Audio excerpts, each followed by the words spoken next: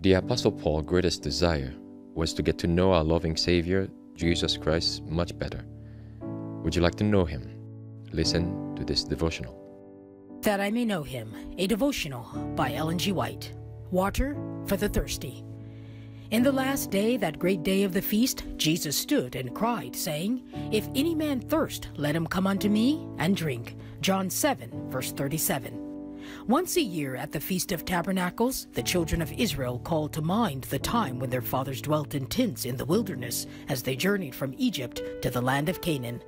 The services of the last day of this feast were of peculiar solemnity, but the greatest interest centered in the ceremony that commemorated the bringing of water from the rock.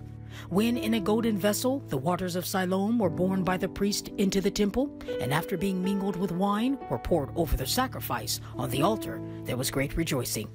On this occasion, above all the confusion of the crowd and the sounds of rejoicing, a voice is heard, If any man thirst, let him come unto me and drink.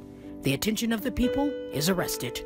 Outwardly, all is joy, but the eye of Jesus, beholding the throng with the tenderest compassion, sees the soul parched and thirsting for the waters of life. The gracious invitation, Come unto me and drink, comes down through all the ages to our time.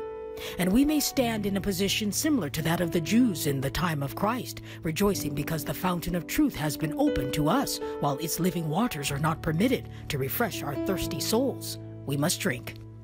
As the children of Israel celebrated the deliverance that God wrought for their fathers and his miraculous preservation of them during their journeyings from Egypt to the Promised Land, so should the people of God at the present time gratefully call to mind the various ways he has devised to bring them out from the world, out from the darkness of error into the precious light of truth. We should gratefully regard the old waymarks and refresh our souls with memories of the loving kindness of our gracious benefactor. As we journey onward, what a blessed privilege is ours to accept the invitation of Christ. If any man thirst, let him come unto me and drink.